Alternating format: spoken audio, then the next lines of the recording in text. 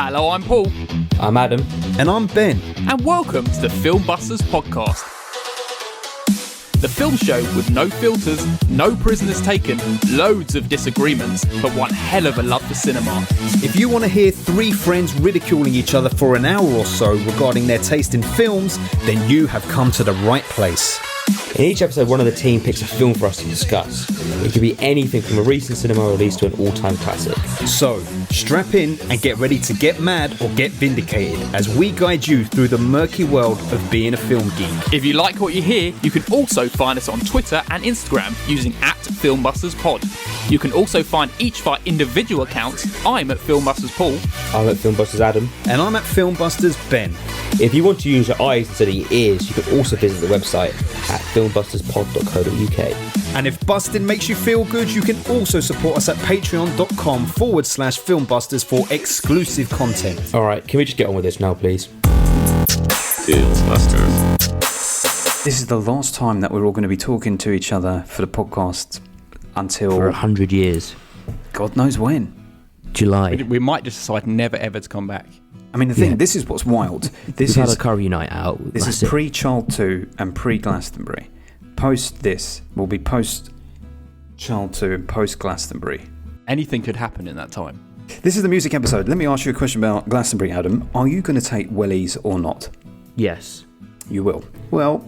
I need to work out my wellies, actually. Number one, because I can't remember how well they fit on my feet. Because there's an element where if it's muddy, you don't want wellies, you want shoes that stick to your feet, rather than, it's better to have a pair of boots that stick to your feet rather than wellies which can come off quite easy. Yep, I have got my walking boots that are well worn in, and that is what I'm taking. I'm not taking any wellies. Okay. I decided the space is wasted with wellies, mate. It's wasted. What if it starts really raining though? Yeah, but if it does, the wellies, they just fuck up your feet, man. Like, when you're on your feet so long... When you're in deep mud, they'll just stick to the floor, and when you pull your foot, your foot's just going to come. All the wellies really do is stop your legs from getting all muddied up and everything. Yeah. That's it. So yeah, I need to work out exactly. I need to try, I might have to get a new pair of boots. Very good. And I have a recommendation to purchase something called Pits and Bits. I ordered something at the weekend called Pits and Bits, right? And it is a very little bottle of body wash and a very little bottle of shampoo that requires no water. It's like right? dry shampoo then. But it's not. It's not a bar. And you dry shampoo, you spray it onto your head. Well, this is a liquid. You put it on, you rub it, and it lavas, mate. It lavas up. And then all you need to do is wipe it with a towel. Yeah, dry shampoo, you just spray it into your hair, and then it's like it just absorbs all the grease, I think. That's how it works. It's like a powder thing, and it just... Yeah. Well, I'm more excited about being able to actually be clean with that Pits and Bits product. You're never going to be clean in Glastonbury, mate. That's all right. No, you're not. That's all right. What about when you're diving through the mud pit? Yeah. You're going to come back and think you've got the best suntan of all time, and then you have a bath and it just all washes off because it's all the sand and all the... That's right. What about when you look into the pool of shit and piss and look at the people through the toilet hole on the other side? You can't do that. You look down into it. I did at Reading. I could see people on the other side. Yeah, only if you're standing up and looking like a pervert. Well, that's what I was doing. At the moment, though, I've currently got a really bad tan. I was playing golf, and I've got one hand it's got a line where my glove was. That's what you deserve for playing a boring sport like golf. A little bit like Michael Jackson. Yeah, well, that's what you deserve also. Out of these headliners, who would you most want to see? Arctic Monkeys, Guns N' Roses, or Elton John? Arctic Monkeys. Arctic Monkeys. And then... Did you see their set from Argentina? No. Well, I was going around Twitter the other day, and it was like the crowd was just like absolutely nuts. Like it was just a wave of people. It looked fucking dangerous to be anything, but like just people just side to side going backwards and forwards. But that makes no sense. They were on a boat. But we're going to be seeing them the weekend before Glastonbury, just completely by chance. Would you have bought tickets to see them if you knew they were going to be announced as Glastonbury headliner? I think, yeah. I don't think I would have. because I don't know if I'll go see them at Glastonbury. I think having the would, option. based on the lineup that's currently there, I think I would see them if I didn't have tickets for them.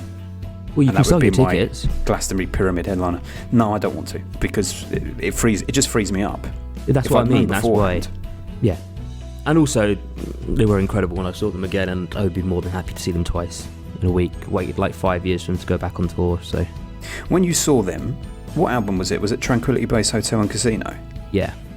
So were they entering that kind of era where they were moving away from the like Sheffield rock sound into that lounge singer style that he's now kind of Yeah, that was famous the for? first album that was different from the rest. AM was like their last rock album, but they played about 4 songs off the new album, and most of it was from AM. I think like 8 of them were from AM, and the rest of them was just loads of other stuff. Well, now there's going to be even more loungy stuff. That's why I wonder how it's going to play at Glastonbury. This is the thing. I think they've been. I don't know. Someone was saying that they've brought in some of their older songs. Like Fluorescent Adolescence is back on their set list for the first time in about 10 years. They've been playing it on this tour, and they've kind of gone back to some of those songs. I think at Glastonbury you're more likely to get a greatest hits thing than you are Depends, at mate. their tour. Depends. I think at their tour they'll play whatever they want to play, but at Glastonbury I think they'll know that they'll play like I Bet You Look Good on the Dance Floor, and They play that at every gig. they don't play it all the time. I'm sure they do. When I went to see them at the O2, that was the only night they played 4 nights then, and that was the only night they played it. Is it more the crowd pleasers because it's more of a generic audience rather than... Yeah, you're Yeah. not your crowd, it's that they come to see, but I think they're big enough that they can do it wherever. Yes. Well, there's lots of different people, and who knows what we'll see. But we're talking about Glastonbury because it's the music episode. And It's it's a our music last, episode. last episode before we break. Oh, It that's is. crazy. The last episode. How you feeling? It's been a ride, guys. It's been a good 5 years. Yeah. Will we ever come back? Who knows? We're going to Paul's come new back. We love it Paul's new too baby much. could eat his microphone. We're going to be yearning to come back very soon, I'm sure. I am looking forward to having a little break from the podcast for a while just to get some other shit in order for a bit. It's kind of for nice. sure. As much as I love doing this, it's kind of nice to not have the pressure of having to specifically watch a film by a set Yeah. date. Yeah. As much as we like to do it. Yeah, I feel like sometimes I plan my week around, okay, I need to watch it on that day, the film we're going to do. So what do I want to watch before then? Do I want to get like some ones I've been waiting to watch for ages, or do I want to get some other podcast movies that other people have done? And it's like, I feel like there's the pressure where I can just watch what I want now for a couple of months. It is nice. It's like yesterday, right? We were out, me and Jenny were out for the day, and while I was out, was sort of knowing that, as nice as it was, it's sort of like knowing that, okay, but tonight we have to watch that film. We can't just go home and do whatever we feel like, or watch whatever we feel like. Yeah. We have to watch that film, because otherwise let's throw everything out. But that's the compromise we make as entitled podcasters. We sound very entitled to complaining about such things. Not complaining. Not complaining. No, I don't think it's a complaint. It's just something that comes with the territory. Something that comes with the territory. Yeah. So yes, that'll be We fun. love doing this podcast. Let's not get it twisted. No, we very much enjoy it. We've been doing this for 5.5 years. Yeah. Started in Did we start in 2018. 2017? Oh, we started in 2018, did we? End of 2018. No, that's not true. We started end of 2017. Really? Yeah, because my granddad was still alive. I always do Oh, pre yeah, 'cause and it was a post couple my of films. granddad's That's 2017. very true. Yeah, it was a couple of films at the end of. I think we started. Did we start in like December? November, December 2017. Yeah. Of 2017. Yeah, that makes sense. Yeah. So we are into our 6th year. That's crazy, isn't it? Crazy These years baby. have flown. Yes. For us, the Nuts. listeners have been like pulling teeth, listening to our nonsense and all that crap. Sorry, guys. At least you have a break. Anyway, while we're still talking about music, the Eurovision Song Contest was on this past weekend. Paul and I were trading notes throughout. We were. Paul, you were happy, I guess, with the winner, Sweden? Yeah. Sweden. They were in my best of. Along with Finland was in there, so I'm glad Finland came second. It was a bit boring that Sweden won. I have a feeling if you had carried on watching The longer you carried on watching when the countries were giving their scores, the less you would have wanted Sweden to win, because her reaction each time was just so great. It looked like she was on drugs or something. It did, and it's just like, oh god, you match the energy of the song. Yeah. I get too worked up about Eurovision, man. I mean, I think Eurovision's all about like the fun ones winning. So I kind of just wanted Finland just to win for that, and I'm glad they came second at least. But here's the other thing that shows that it's kind of a fix. Next year, that means Eurovision's now going to be in Sweden, and that is 50 years since ABBA won. Right, okay. It's a fucking fix, mate. It's all a fucking fix, mate. It's all a fix. fix. I always want to know the rules of like, do you know what like the conditions are of getting an artist on, like, how do you elect one? I think They you all want people go that you through- want, innit? They go through But I- heats. But why They- don't they just elect a good artist? Yeah, well, supposedly they do. Because They don't. I mean, they don't. I know they don't, but they Yeah, have but a it probably knockout costs process. loads of money to get like Ed Sheeran to do the entry for UK or something. Mm-hmm. It's probably true. It's like, why the fuck would Ed Sheeran want to do it, for starters? Hey, What's it for him he's not kind of good thing? enough. He's not good enough for It's true. Eurovision. Harry Styles should have done it. Yeah. Jonathan Ross asked Radiohead to do it once, and they were like, "Yeah, we'll do it. We'll make a song for Eurovision." And they'll cancel and give it to Sam Smith instead. Mm-hmm. James Bond joke. Oh yes, I get it now. I was trying to work out what the reference was. Should we move on to the film? I think we should. Yeah.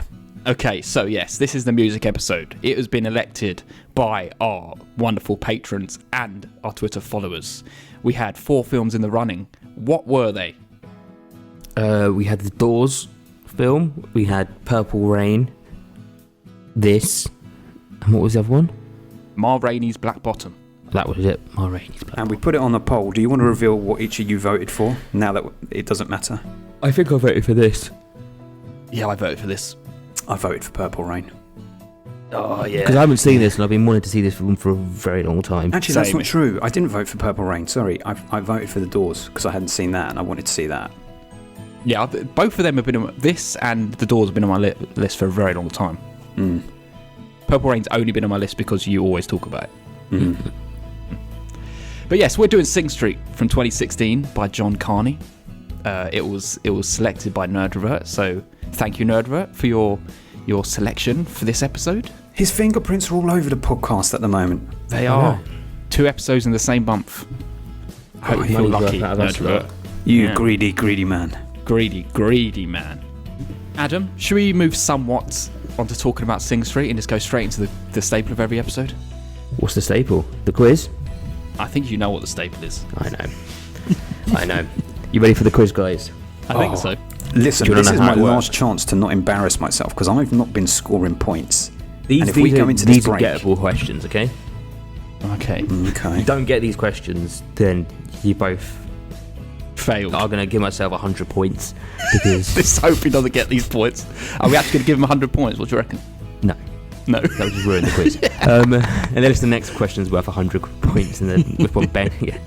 Anyway, do you want to know how the quiz works? Yes. Okay. I'm going to ask these guys 2 questions. If they get it right, they get the point. If they get it wrong, I get the point. Paul is currently walking away with it slightly. He has 13 points. I have 11 and Ben has 8. So Ben really needs to get his butt back into gear to... I bloody do. Catch ball. I bloody do. You ready for the question? Yeah. Let's do it. What is the name of the first song they write? Riddle of the Model. Oh, fucking. He's too quick. He's very quick and he's also very right. You are too quick. It's the only song I've been listening to. Okay. I don't know why. It's because it's like an earworm in my head. Yes. Yeah. Thank you. While they are writing in the park, what gets stolen? Bike. Oh, very good. It took me a second to even figure out what you're talking about. Yeah. That's Good it. one. Well, Good one. we both got 100 points. Yes. No, I would have got 100 points if you got it wrong. Oh, Okay. I'm grateful at least for getting a point today. Yes. Edging closer to Adam. Christ almighty. These are very stressful questions that he asks. Especially when you're up against Paul, who's very quick. You have to go on speed. I know. Paul, you just bang, bang, bang, firing the answers out. I think you're more knowledgeable, but I seem to be quicker. You're sharper. I'm slow and ponderous. You are the rabbit, and I am the tortoise. Yes. And that will come to fruition by the end of the year if I win this quiz. Let's hope so. Should we move on to talking about the film? Please. Let's do it. Do you see that guitar? I used to be able to play that guitar well. I used to ride hot girls. I could run 200 meters faster than anybody in my school. You're the youngest. You get to follow the path that I macheted through the jungle that is our mad family. I was alone with them for 6 years. You think they're crazy now? Think about what they were like when they were in their late 20s. 2 Catholics in a rented flat with a screaming baby who just got married because they wanted to have sex. They didn't even love each other. I was in the middle of that, alone. And then you came along, thank God. And you followed the path that I cut for us, untouched. You just moved in my jet stream. And people laugh at me, Connor, the stoner, the college dropout, and they praise you, which is fine. But once, I was a jet engine. Right, everyone, today we're doing Sing Street from 2016 by John Carney. This is a spoiler episode, so if you haven't seen it, we're going to spoil it for you, so you might want to go and watch it first before you listen to the episode. There's been 2 people who have appeared on the podcast before. Do you know who they are? Well, one's the director, Yes. and the Actually, other... wait, sorry. There's 3 people. Okay. I forgot to even put the director on, because I just assumed we were just going to talk about it. There's 3 people. Yes, the director, who did Once. Correct. Okay. There was, and we'll talk about this in the episode, there was his brother, who was in Midsummer. Yep. Jack Rayner. Yep. And I'm guessing Aidan Gillen was in something we've done? Nah. Ah. You're never going to guess this one. So Is it Ian the brother? Kenny. No, we just spoke about the brother. He just tunes me out. Yeah, I do. This is Ian Kenny, who plays the bully Barry. Okay, let me tell you like this. He skinheads. looked familiar as fuck to me. I don't know where he appeared in the film. I didn't actually look at what his character was called, but he was in the Han Solo Star Wars story. Oh, Oh, right. okay. I thought you were going to say he was in what's the one we did with Scott? Beautiful thing. Yeah, he looked like he should Right, yeah. have been on that. That's the Yeah. kind of character. I would have assumed he was in some sort of British film. Yeah. Yeah. Nice to have Oh. you all back on the podcast. Yes, welcome back. I hope you're all listening. Yes. I'm sure they are. Adam, it is your turn to do a plot summary of this film. This film is about a guy who makes a band so he can get the girl. Does he get the Classic. girl? We don't know. Or do we? And they might both be dead. Oh, God. Probably that's should gonna be. Spoilers. Given what was happening.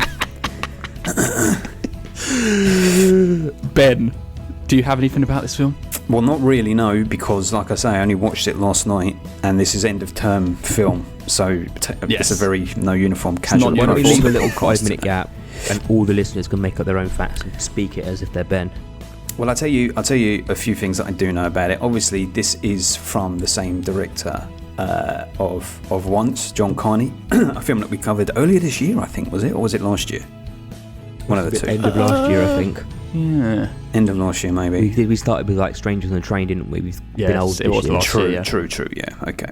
So it's directed by him after he did Once. Before he set off, he wrote it, he directed it, and he announced that everyone that he would cast in the film would be unknown actors, which is not the truth, because Aidan Gillen was fucking huge at the time. He was in Game of Thrones.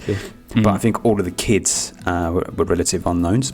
They began filming in Dublin in September 2014, and they filmed at the actual Sing Street School, which is where he grew up when he was younger as well. So it's a semi-autobiographical film by all accounts. All the music, most of the music was composed by a guy called Gary Clark, who is the frontman of a band called Danny Wilson, a Scottish band. But the film features loads of music from the period, from The Cure to The Jam. And the soundtrack album was released and has very high sales records by all accounts. And just like Once, it was also turned into a stage play, but its run was cut very short due to the COVID-19 pandemic. Yeah. You did have some info then, didn't you? Just a little. Just a little. Just a little. You want some other info? I Go need on, if a you wee. want. I need a Oh, wee. do you? Go on, Yeah. go for a wee. I probably should go now, just very quickly at this moment in time. You can pick the order we go in, though. Adam, do you want to pick Yes. the order we go in, seeing it's a listener pick? We'll go reverse Film Busters. Oh, reverse. I can pull the Uno card, mate. Hi, I'm back. Hello, Benny. It's reverse Film Busters. That's the order. Go for it. All right, so I think that first, it was very new information to me in the last couple of days that this was directed by the guy who did Once. But in a nutshell, I think I would summarise this as the more palatable, mainstream, but not in a derogatory way, version of Once. A bit more of a sellable product that all audiences can enjoy, particularly an American audience, I have to say, that offers, in many ways, I couldn't help but feel, kind of what you wanted from Once, in a way, Paul. And we could talk about it if you disagree. But it felt to me like it was all a little bit cleaner, a cleaner story without rough edges and, why did he go to London? You know, like in Once we were talking about, he had something good. Why did he go to London to a girl that probably didn't even love him and cheated on him and all this stuff? It felt like this was more of a streamlined, let's just follow this very gentle, sweet, funny story about these kids and the guy gets who gets the girl. And the thing is, that sounds like I'm being dismissive. I'm not. I actually really enjoyed it. I liked all of that, and I was sold on it. I was sold on the sweetness and the charm of it, and I appreciated it because that was what this kind of movie was. The fact that it was focusing on kids almost meant that you had to go this route. You couldn't have gone that Once route of lost love and failed this, that. You kind of had to streamline it. So I enjoyed it. I thought it was very funny. I thought the songs were great for the most part. I really bought into the formation of the band. What I liked the most was the theme of people who've come before blazing a path for the next generation. So in the grand scheme of the film, I like that his brother had that fantastic speech where he said, you know, I was a jet engine. I macheted the path that you've walked through. That isn't just in family, that's about music as well. It's like all those acts from the 80s had to go there and do that so that the artists today can do what they do. And I appreciate that. It's wide on the grand scheme of things in all art forms, like everything that we look back and potentially some people down their noses at, that all had its time and its place. And that created an environment for the things that happen now to happen and to push boundaries more and more. Like Adam, we're just talking about Fred Again. Fred Again don't exist without a-ha. a-ha don't exist without Frank Sinatra, etc., etc. Yeah. So I like those themes. If I had to pick a couple of things that I didn't really like about it, even though I did like all the characters, I kind of do feel like the lead girl, Penny, is that her name, Penny? No, Rafina. Rafina. Yeah, Rafina. She only existed as a plot device. She didn't really have her own urgency, and even though she had a bit of backstory, she had no agency. It was just he liked her, he fancied her, he wanted that girl, and she existed to be that thing. And also my other thing is I have a couple of qualms with the fantasy element towards the end of the film and how that was set up. But we can discuss that at the end because I feel like that might be a talking point. But overall, I had a very, very good time with it and very much enjoyed it. Very well. Adam's gobsmacked. He doesn't know what to say. Yeah. Yeah, it's just a really pleasantly fun film in some ways, isn't it? It's really nice.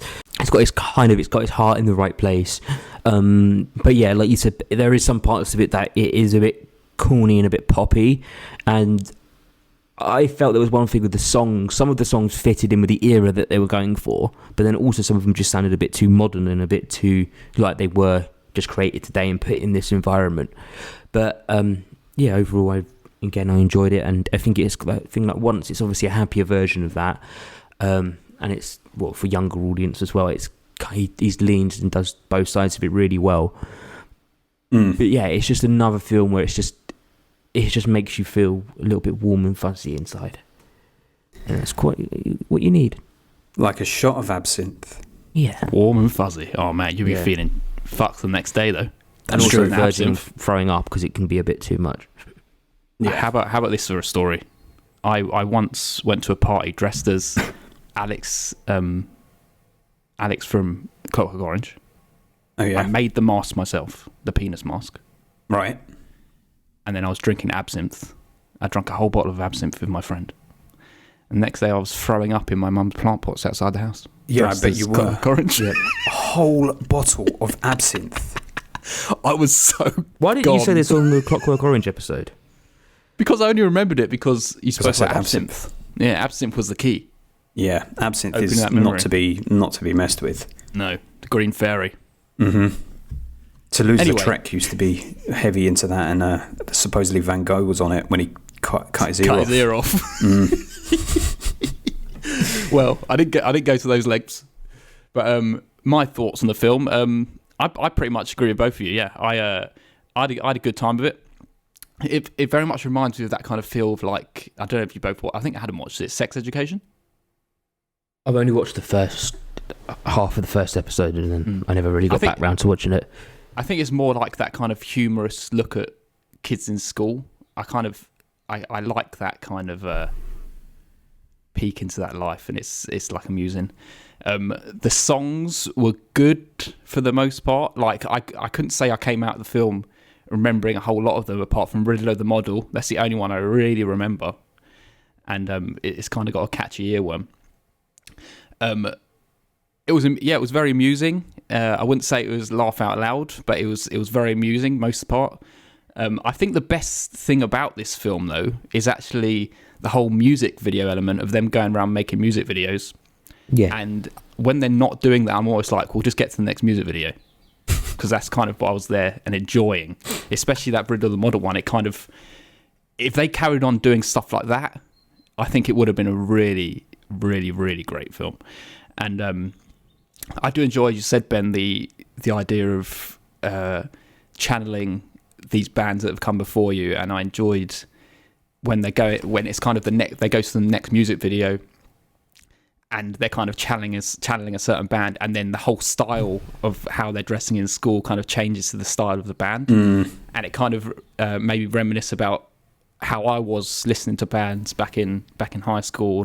There was a band called Him, who I loved, and it's this like they're called love metal, right? They're kind of a little bit emo. If I think about it now, I can't listen to it anymore. I just couldn't. But they had this. The lead singer, Vil Velo, he had this jacket that he made, like his blazer, and he wrote all the lyrics all over the jacket. And I made my own one because I loved them that much, and I actually wore it out. It's like, Christ. it kind of reminded me of that kind of thing. But I gotta say, I think we need to discuss Rafina, because I'm not sure she's actually a good person. Like, I don't feel like the way she's she meant to was be a good treating person. him, but I don't think they ever tackle that. Like the way I think she really dismisses Cosmo, or she calls him Cosmo, doesn't she? So, and there's this moment at the end where he walks away from her, and I don't think she ever really atones for that, the way she treats him. But anyway, we can talk about that. And yeah, I had a great time. And it was very enjoyable. And me and Zoe very much enjoyed ourselves. I want to vote for another song. So let's start off. Are you both saying Riddler the Model was your favourite song from this film? it's the one I Yes, remember. because- Do you know what mine is? Go on. Going up. Hands down, Drive It Like You Stole It. Oh yeah. See, this is the thing. I needed to. I really wanted to go back and listen to the album, and I ended up listening to half of it, and then never actually went back. But that's what the Riddler of the Model is the one I took away. But yeah, Drive It Like You Stole It. That was a good one. Yeah, I agree. It was good. There was an interesting mix of songs in there that they came up with. Half of what they were coming up with was stuff that I wouldn't listen to, but half of it was cool. But that's that is like all 80s music for the most part. Like, even take A-ha, Duran Duran, take these artists, The Cure, stick on one of their albums, you would like half of it, and half of it you wouldn't like. That's just how music is generally, unless it's your die-hard fan and you like pretty much everything. But I kind of think the enjoyable thing about this film is you don't necessarily have to go away loving the songs. It's more like an enjoyable way of just pastiching different artists and being like, oh yeah, that's pretty cool. I like what they did with that song. You don't necessarily have to go away loving them though. No, it's true. I think the thing that was also nice was that not only were they dressed like whoever they'd seen on Top of the Pops the night before, they also emulated their style with each new song they did. Yeah. So once I listened to Duran Duran, the song that they released just has an element, sounds like Duran Duran slightly. And it was great also because it's dealing with that age. That's when you're trying to craft your identity. So you aren't sure who you are, what your voice is, who you want to be. So you are adopting all these different things as you try and grasp onto your thing. And that kind of worked with what Cosmo was saying to Barry the bully. It's like, what are you doing with your life kind of thing. And he's stuck in this old way of being like some skinhead. It's like, what style? You're just basically copying what your father probably was, because you have no real identity. You've just been beaten down by your dad, and that's you're trying to earn his respect that way probably. But I kind of appreciated that. He's telling him like, what are you doing with yourself? Look at me. At least I'm trying to carve something out for myself and evolve. Yeah. The great line he said was, you do nothing but get to see something, like you just stop or you just try and destroy, but I create. You'll never create. Yeah. And I guess that's kind of the personalities they're trying to portray. He's portraying like an artist, and he's portraying a racist who's trying to push people down. Was he racist? I don't think he's racist. He's dressed as a skinhead. Yeah, but I think that's the music aesthetic. I think that's the mods type thing. I wouldn't say that's that mods. was around in the 80s. I wouldn't be surprised if they put him down as a racist character, but I don't think he said anything. If anything, his friend was the one who said something racist. I wouldn't say he's actually at any point racist, but he's more dressed like this is England kind of. Yeah, that's what they're dressing like. So I kind of think there's some kind of stereotype when people dress like that. His friend was the racist one. Basically, Adam, Paul is saying you're a racist because you have a skinhead now. Yeah, exactly. That's why he's. It kind of goes with your swastika tattoo that you got on your arm. Yeah. Swastika duck. Yeah, exactly. that helmet that his duck tattoo is wearing is actually an SS branded it's got a little army skull helmet. On it. I kind of enjoyed the fact that this it felt like almost like an answer to Once. It's like they were treading the same kind of steps with them going to London and stuff. So this is what I mean. It's like he made Once, and I know that it went on the world scale because it won the fucking Oscar for the song, of course, but the film itself is not internationally widely known. And it feels like this is the fucking Weinsteins. How far can you get from Once? The Weinsteins giving him money and going, oh yeah, you can set it in Dublin, but make it international, make it appeal to everyone, because it would. It's the kind of film that once there's a barrier there, because it's not like, oh, let's present it and package it in an easily accessible way. This was packaged in such a way as to sort of go, here's the fairy tale version. And in a way, maybe his older brother could almost be like Glenn Hansard's character in Once, you know?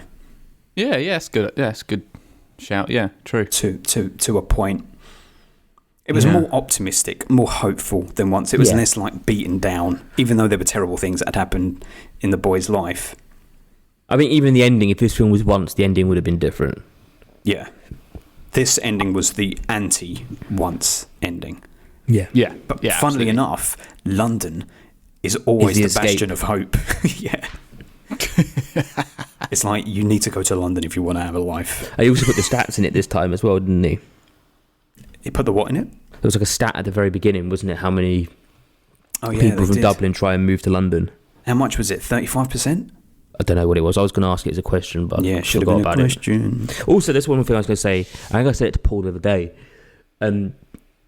My questions for this film were going to be like complete the lyrics, but there's not enough lyrics in here that I think that you guys remember from watching the film once. No, it would have to be like, say, the last word of like Riddle of the Model or something. Like there was one that was going up or something like that. Mm-hmm. But there was nothing. That's what I mean. It was the songs were great, but they weren't. I don't know. It was also because they only did the song once and then they moved on. It still worked. I liked how you had similar to Once, seeing them just fucking around with their instruments, battling some lyrics back and forth, parents coming in with tea and biscuits, and that happened in Once as well. His dad just comes into the bedroom with tea and biscuits, and then hearing it sort of organically move from just plucking around in a bedroom to actually being part of the soundtrack to seeing them performing it was done very well. And there was also one of the songs there was like different mixes of it. I can't remember what the song was, but like there was like the one with all the band, and there was him just sitting on the pier, and then they played it again. Oh yes, I remember. Yeah. I can't. Again, and it was all like different mixes of the same. And the band are all very charming. An acoustic version. Yeah. Everyone in the band is likable as well. They're quite charming. Absolutely. Yeah. They're not like constantly laugh out loud funny, but I also don't think like they necessarily had to be. They were like, oh, you have fun with these kids. These are just kids that have come together in brotherly love to pull this band together. I really liked his sort of like co-lead in the band. Was his name Eamon? The one who's writing the songs the little with him. producer. Yeah. No, not the ginger one. The one who's writing the songs with him. Yes. Yeah. What was his name? like that as well. That guy. I liked him. And I liked. Yeah, go on. It was like some ragtag group of like outsiders coming together and form this kind of relationship. And it's nice, that co-writer he had wasn't necessarily his friend from the start, but it felt like their friendship was just grown from just being introduced to and then loving music together. Yeah, nice. Exactly. It was very nice. I liked his line when it was just plain, when he said, well, what's your obsession with rabbits? And he's like, I just love them. I love that. It's like, rabbits has kept appearing every so often. It's quite funny. That's sort of brutal honesty. There were some very, very funny moments in this as well, like the whole when he randomly brings a cowboy costume to the first music video record, and he's like, "Who wears cowboy costumes?" He's like, "The YMCA. They did it." It's like, and he's doing his little like cowboy dance when they're running up that alleyway. Yeah. It was good. There was something nice about it. Yeah, for making all the music videos. You're right. Seeing them making music videos and the amateur way they were doing it was quite sweet and heartening, and makes you think of some of the things we've done in the past. Absolutely. I think they nailed the aesthetic of that Riddle of the Model music video. Just that feel of what music videos were like back there, were just people running and like just chopped together. It doesn't really have to make sense, but you kind of get the idea of it. That's the thing. It isn't just the kids' way of doing it. That is just what they looked like in the 80s. Yeah. Just walking down the street playing their instruments. Jenny made a good point, though. Exactly. That's what Jenny said. Where they're getting their power from. Doesn't matter. Got an electric keyboard and everything there in an alleyway. Let me just say this, because this was overshadowing everything while I was watching the film. His older brother, John, whatever his name is. What's his name? Jack Rayner. Jack Rayner, yeah. I was half hour into the film and I kept saying to Jenny, this guy's so familiar. It's bugging me so much. He looked like Seth Rogen. Yeah, that's what I thought for a while. And then I had this horrible moment halfway through the film where I was like, well, that can't be Chris Pratt, can it? It can't be Chris Pratt, because I hate the man and he's doing all right. And then I had this horrible moment where I was like, oh, fuck. I think this is going to turn out to be Chris Pratt, but I refused to check. I wanted to wait till the movie was over. It doesn't even look like Chris Pratt. No, but mate, there was a moment where he shaved his hair. If you go back to our Midsummer episode, I say watching this guy is like watching Chris Pratt. He did, Right. It does look a lot like Chris Pratt. It was a moment where he came in. Was it one of the films where they're filming at the disco and he has the dream sequence? Yeah, and his brother came in and he loses his hair. And when he came in there, I was like, okay, that could be like Seth Rogen. Yeah, I have a feeling, Seth Rogen similarity. Yeah, I have a feeling that in our Midsummer episode, both of these actors got brought up by each of you talking about this guy. It would make I just sense. have a recollection. It would make sense. I mean, he is American, but he did live in Ireland, and you can tell because that accent is, even though it's very good Irish, it is twinge with Americanisms throughout. Just a little too much Yankee doodle dandy on the end of some of them words. But as you say, his speech was great. That was a highlight of the film. One of the highlights, yeah, 100%. That speech was fantastic. That frustration is incredible, and it meant so much for the whole fucking film. It really, it was the film in a bottle. Yeah. And it's just, and the kind of just the whole ending as well. I think there's a lot to read into there. Not necessarily know exactly what it is, but like the fact that obviously he was excited for his brother to get out. But the fact that they're on this boat and then it's literally they're going into a storm, and then they're just following this massive cruise boat while in this storm. It's like, what are they trying to say here? Well, my take on it is I hated it. I didn't hate it. When it ain't finished, I was real disappointed with that ending. And then with hindsight, with a bit of reflection, it now seems clear to me that it is not necessarily fantasy, but it's like what we saw in the film, which is reality merging with music video. Yeah, when music video represents. So it's like a representation. It had to end that way. Everything in the film was leading up to a fairy tale getaway. And this even fairy tale aesthetic. Yeah. Oh, do you know what I thought as well? What just occurred to me, that this massive boat is carving the path for them to go where they need to go. Exactly. Yeah, so it's like they're just following the way. Following the footsteps. Yeah. Because it's not real. There's no way. The minute that they were like, yeah, we're going to get on this boat and go to the UK, it's like, well, no, you're not. You're absolutely not going to be able to do that. You mad. You wouldn't have made it out that port. I'm surprised they even made it across the island in the beginning of the film. Yeah. But see, I do have a problem with that ending still, even though I look a little kinder on it.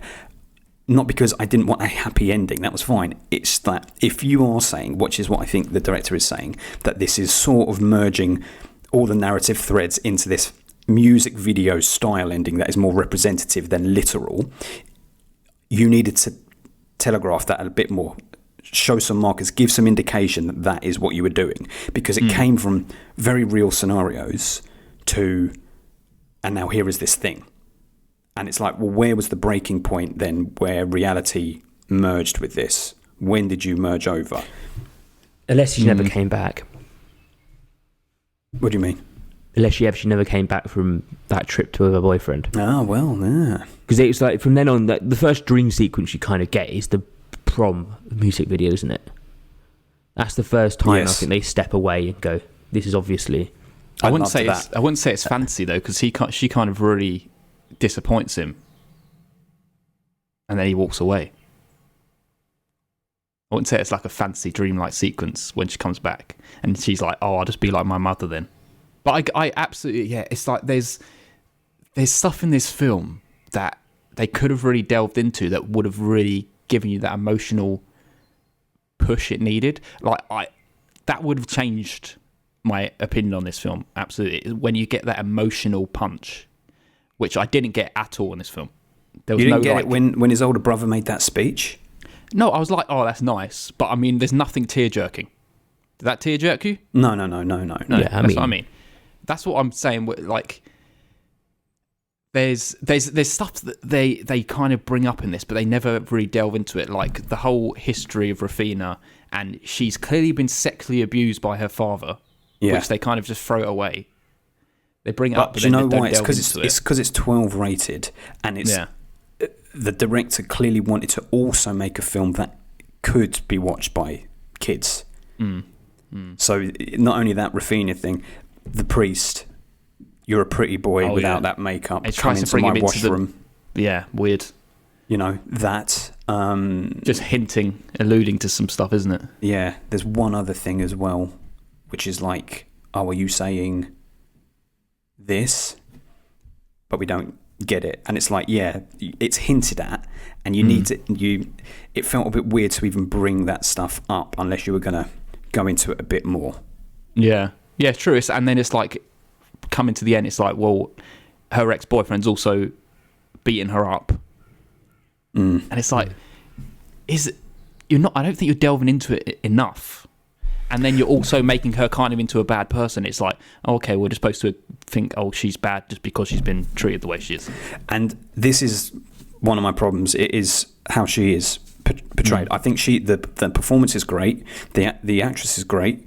I really liked her on camera. I liked her as a character. However, she didn't actually have she wasn't her own thing. She only existed for. She was a girl in a music video. Yeah, that's all she was. Connor sees her across the street, walks up to her, gets her number, gets her in his music video, gets to kiss her, even though she's clearly years older than him. I know they said she's 1 year older than him. I don't buy that for a second. In fact, she was born in 94, and the actor who played Connor was born in 99. So Connor in this film was 16, she was 21. Okay. Yeah. So it already didn't. It already didn't switch seem roles. real. Switch roles, and that would be wrong.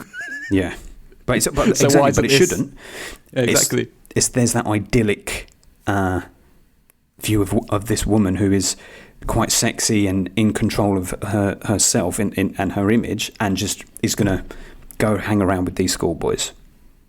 Yeah. It is like a fantasy, and I guess you could just view it as that. But that's all she is. Then she is just a fantasy for this boy.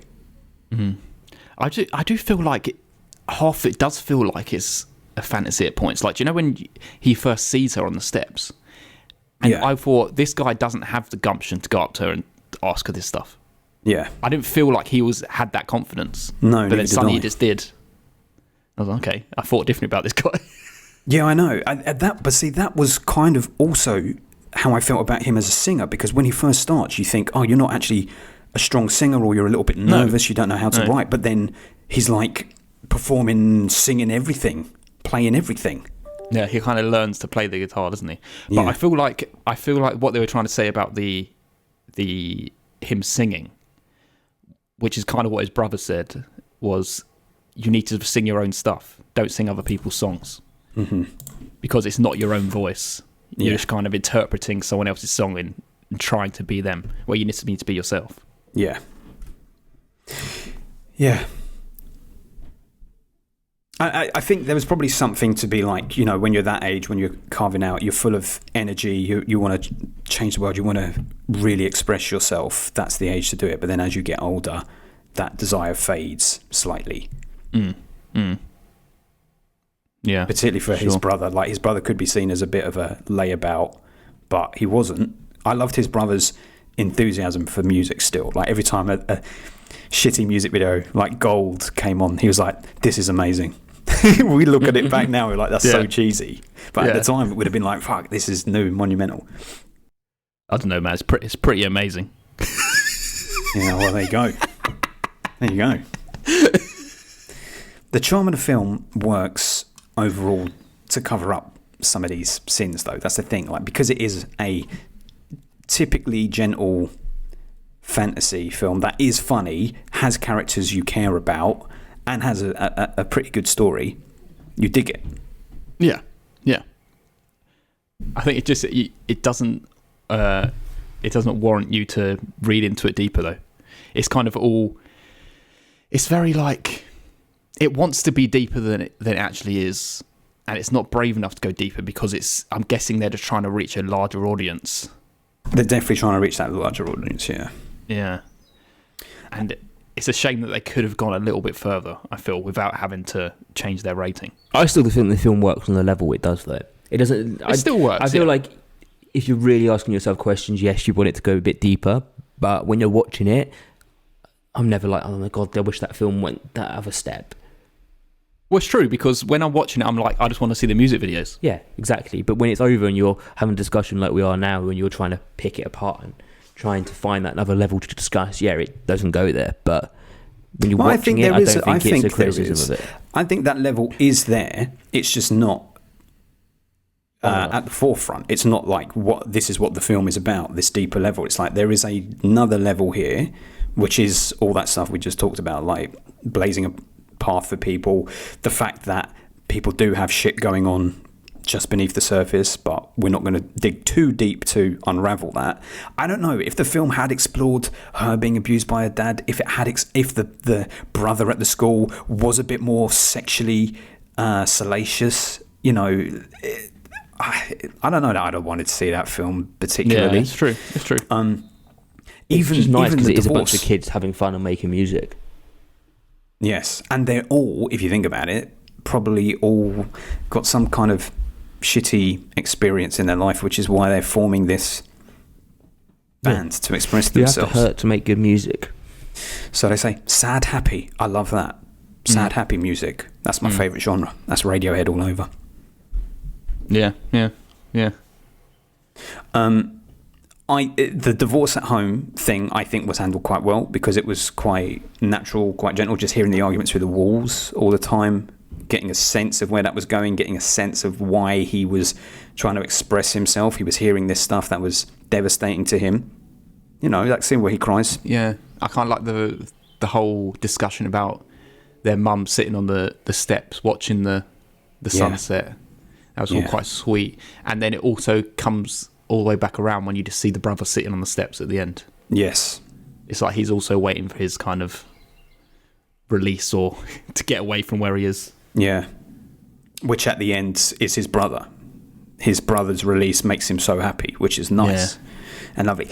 And then again, on another level, if it was a different, slightly darker film, the implication kind of feels to me like now that his brother is gone, I don't think this guy has much to live for. I know, it's hard, isn't it? It feels like this guy ain't going to be around for much longer.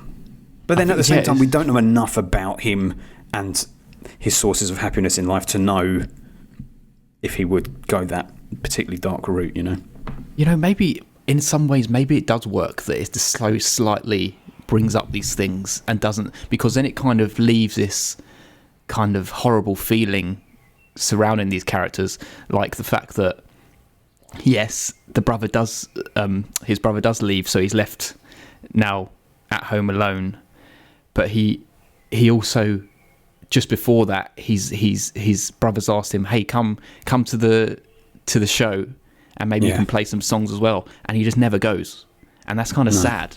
No, but his brother's also just letting him be him. I know, but I think his enjoyment is coming out of inspiring him and being his mentor more than... There are some people that don't really... They want to just help people rather than do it themselves. He's almost like a producer rather than the front man. His enjoyment is inspiring him and making him... He's looking down at him being like, yeah, that I helped him do that, but... Not down on him, but from the side. Yeah. I think the biggest misstep is Rafina, though. I'm not sure. Like, she says, so I'm just going to live my life like my mother, and just be with this guy, kind of thing.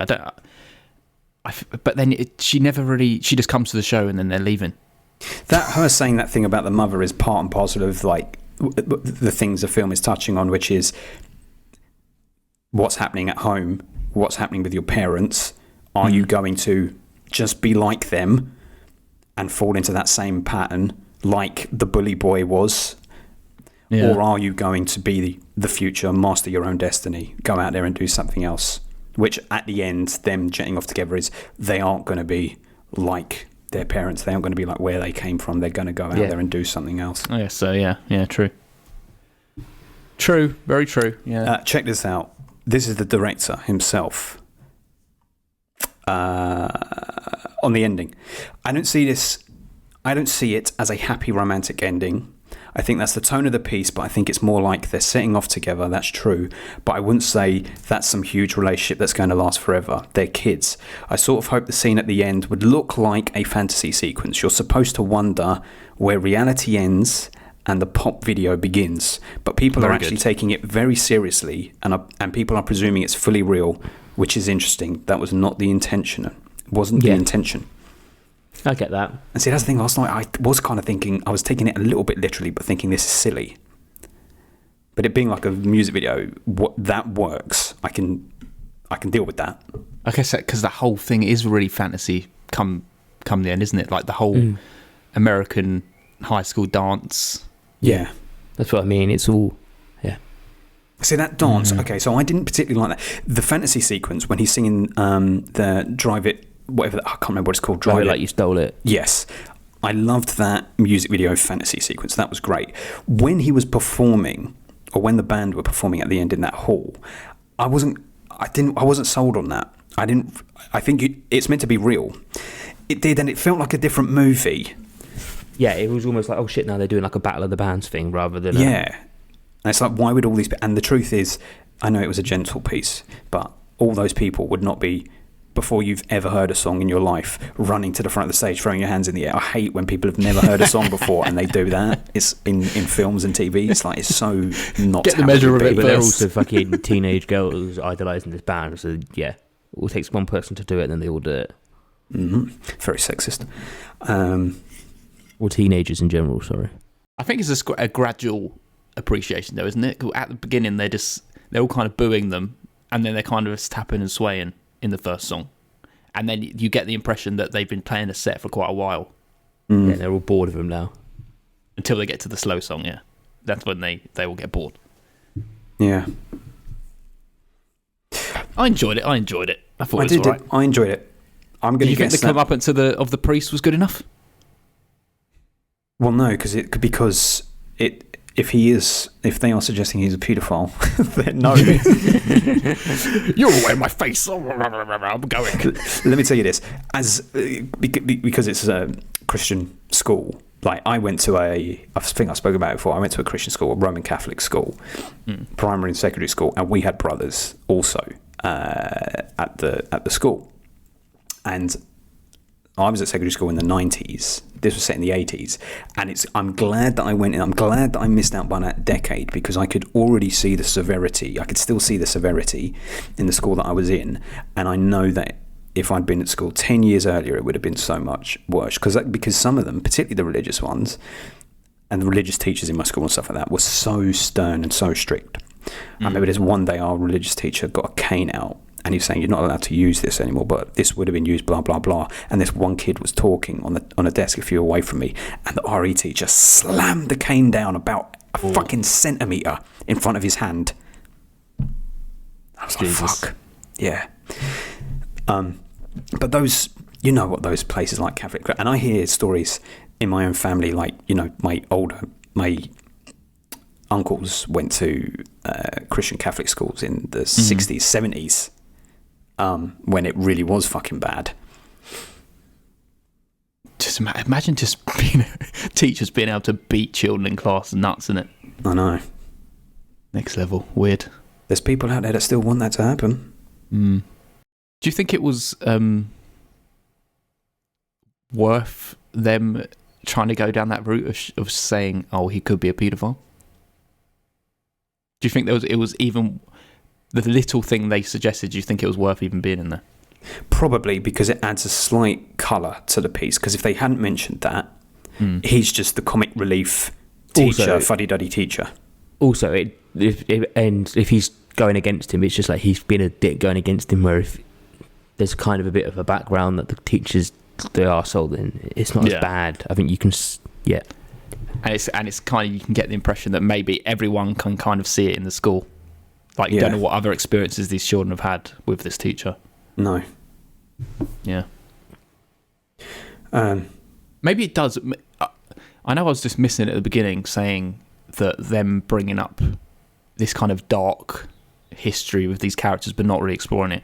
Maybe it does kind of add something. If it was just a down the line, fun, just enjoyable, heartfelt thing, this whole film, then it wouldn't have like warranted much more discussion than when you add these dark elements as well. It's like kind of does add something.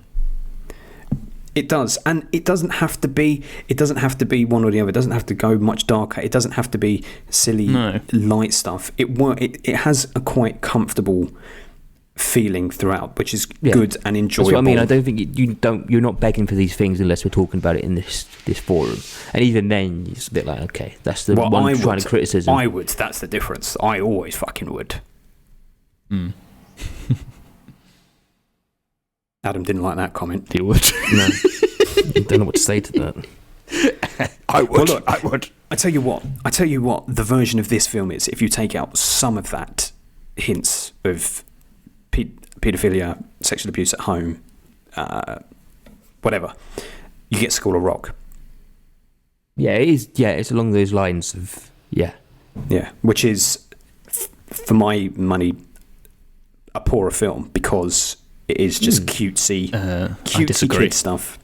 Well, that's fine. I've got nostalgia with it, so Yeah. it goes a long way. But it's just cutesy kid stuff.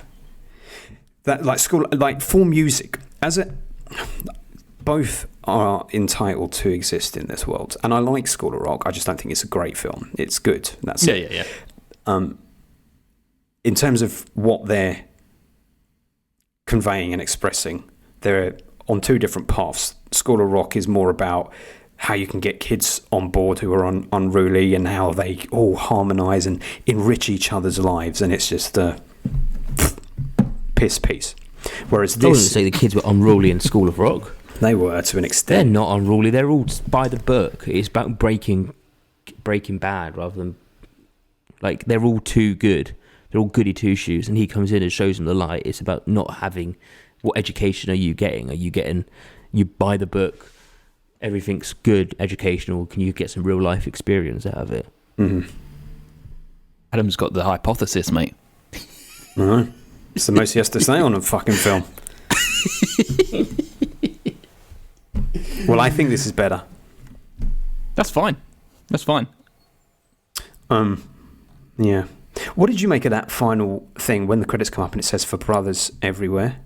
I thought it meant for brothers, literally, but now you said that the Christian school has brothers.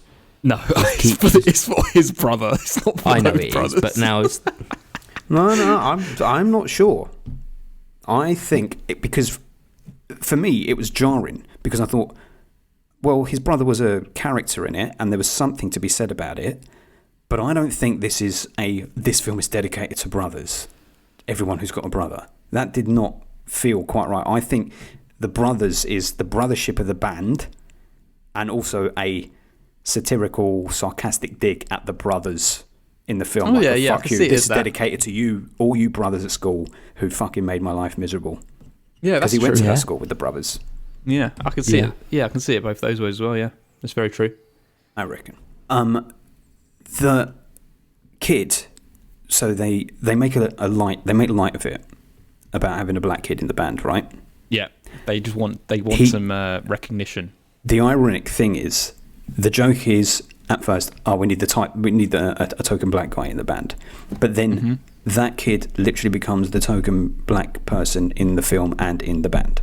He had nothing really to say. He had one laugh, which was him moving the It's true. keyboard over in the music video, but he had none of his own story energy or anything. Yeah, which was a shame. Well, because they were trying to make out there were no other black people in the town I know. at that but moment, weren't they? So then give him some more dialogue. It's true. He doesn't do anything really, does You he? could at least have a little bit from his point of view. I don't think Yeah. he has Like- any lines until like after we meet him, after the first 10 minutes of meeting him. No, No. I don't think he does. I don't think he does. But again, brothership between them. Yeah, Music, man, the power of fucking music. brings people together. Just to deal with everything that he was going through, like all the arguments between his mum and dad at home. Like it opens with him converting their argument into his song lyrics. Yeah, and didn't he slam the door? Yeah. But like that is, I mean, it is true that the best music, it comes for the most part from hardship. I think for me, like the from best pain. songs are about bad things, and they're channeled, and they don't have to sound depressing. But what that's why heartbreak, love, when people have been broken up with, they turn to music more than anything. Because it's like, no one can understand how I'm feeling. Oh, this song has it. This song's captured it. Yeah, because they have a discussion talking about the lines like an angel in disguise, and as I look a little closer, she's got dangerous eyes, and he's like, "What do you mean by dangerous eyes?" And it's like, because I can't really trust her. And then that is kind of where the whole film goes. It's like he's like transfixed by her, but then she can't really ever get close to her. And if that's the kind of fantasy ending they're going for, then he never does. Yeah. But the pain's coming from that first song. But it's also, do you know what? I don't really care that she, didn't tell him that she was going to London and she went off with that guy and sort of hurt him. Like, I do care in as much as, that's sad for him and sad in the context of the story, but I don't care enough to be like, she's terrible, because this whole fucking film has been about this kid. It's just about what he wants. Never once does he ask her what she wants. Never once does he show consideration for people's needs outside of his own. He's just going, I want to make this music and I want to get you, rather than, but what do you want? Yeah, it's true. They need to give levels to that lady. Yeah. That's the next song. Levels to that lady. Levels to the lady. Yeah. Levels to the lady. Didn't make it into the film. Levels to the lady. Would you agree about that? Would you agree about the best music coming from Hardship? Adam, I know you've got opinions on music. I do. I think you need to. Yeah. Was it Nick Cave recently said about the AI thing? Of like, they can never make real music because behind it is not a person. Not based on emotion. Yeah, it's got to have some emotion of the person needs to go. The person needs to go. If it's happy or sad, that person needs to go through something to make that happen. Yeah, and that's where they get the inspiration from to make that. And without that, it is just generic BS. Yeah, but AI music, or the dawn of AI music, and wherever that's going to go, I ain't that worried about it, because that's just fucking pop music as it is at the moment anyway. I know that they have humans getting up there and singing it, but a computer says, people like this rhythm and this sequence of notes, just keep playing that and variations of that. All surface, no emotion. Yeah. I mean, yeah, you could argue it's been happening to music for ages, but it is another level of... Another level of nothing. I mean, another level of the lady. Very good. Level of the Lady is a good follow-up to Riddle of the Model. It kind of works. Which album did you prefer, Riddle of the Model or Level of the Lady? That works on many levels, doesn't it? It's like in the first song, she's only a model. She's nothing more than a model. She's seen for her beauty. That's it. Where this one, she's a lady. She's a lady. Yeah. And she's got levels. I wish that we'd just seen them. I just wish we'd seen them a little bit more. Yes, but I agree. Everyone was very good in this and all that. It gets the old thumbs up from me for sure.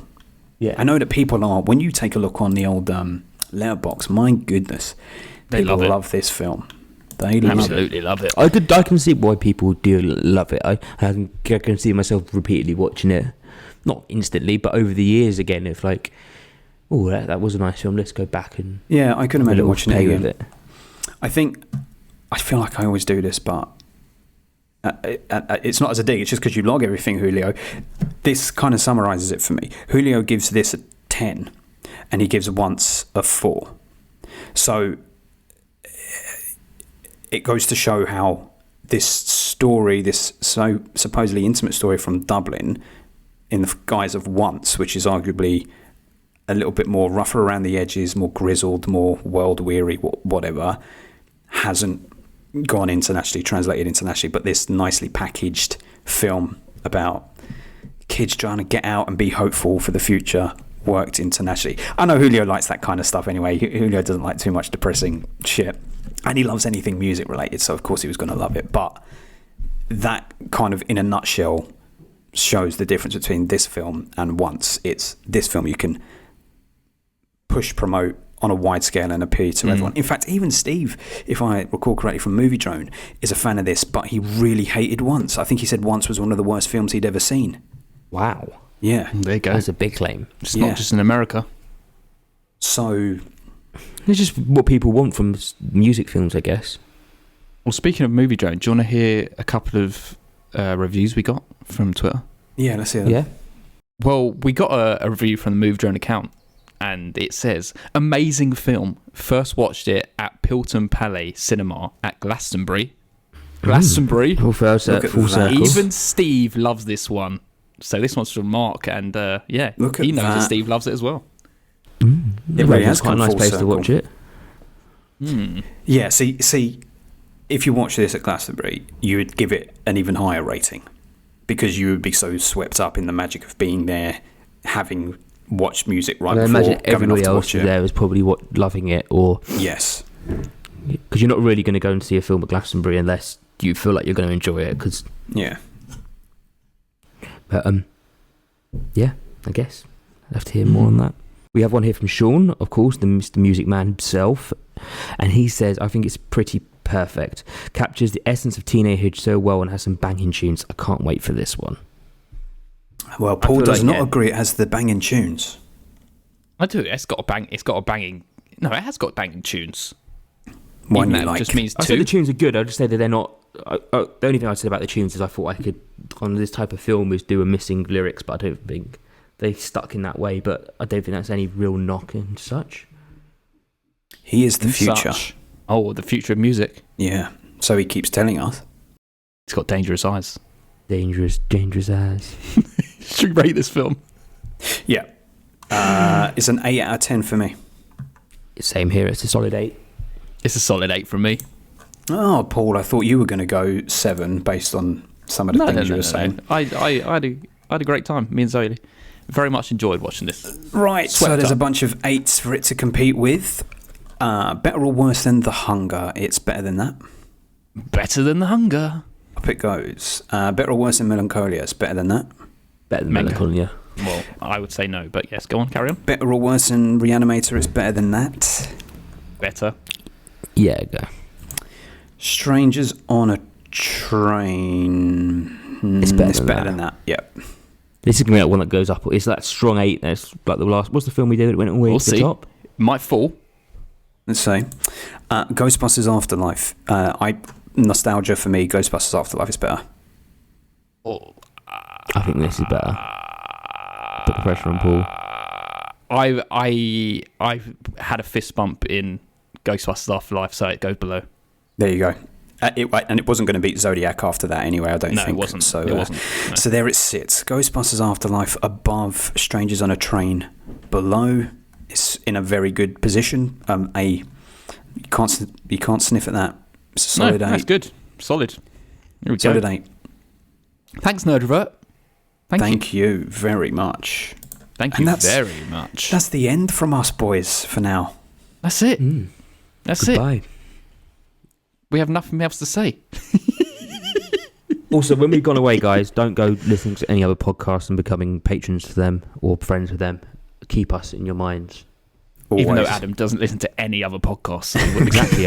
That's how dedicated I am to us. and he doesn't even listen to these episodes. No. No, don't like my voice. It's like, I speak and that's it. It goes out to the world, never listen to it again. This is enough time out of my week. Yes. Well, you can have some weeks back now, Adam, to go and do as you please. I'll just Yes. talk into the mirror. So I guess we'll be back like July, early July. Early Yeah, I'd July, say. I reckon we'll be back, yeah. Yeah, so Maybe earlier. Who knows? we are Let's see literally how we going go. on our summer break then. 6 weeks, that's the school We did holiday. it last year as well, didn't we? Did we It was do it about this last time year? because Paul got married. Yeah, Oh, but I yeah. don't feel like we took that long of a break. I think We were only it out of was- action for a couple of weeks, if I recall. Paul went and married and went on his honeymoon, and by the time he got back, I was probably at Glastonbury again, and it's probably again early July. That's true. Well- Yeah, that's when I did that Patreon run of my top 10 Yeah. films revisited. Adam, why don't you do a top 10 films revisited for this year? Maybe I do. There's some of them I need to go get watching. So I'm Oh. rewatching a lot of films at the moment. So The patrons would love it. They would love it, mate. can't promise I'll record on them, but I might watch them. Right, beautiful people. Thank you for listening. And I guess we'll see you in early July for the Yes. round of 1960. Goodbye. Bye, Goodbye. everyone. Fieldbuster.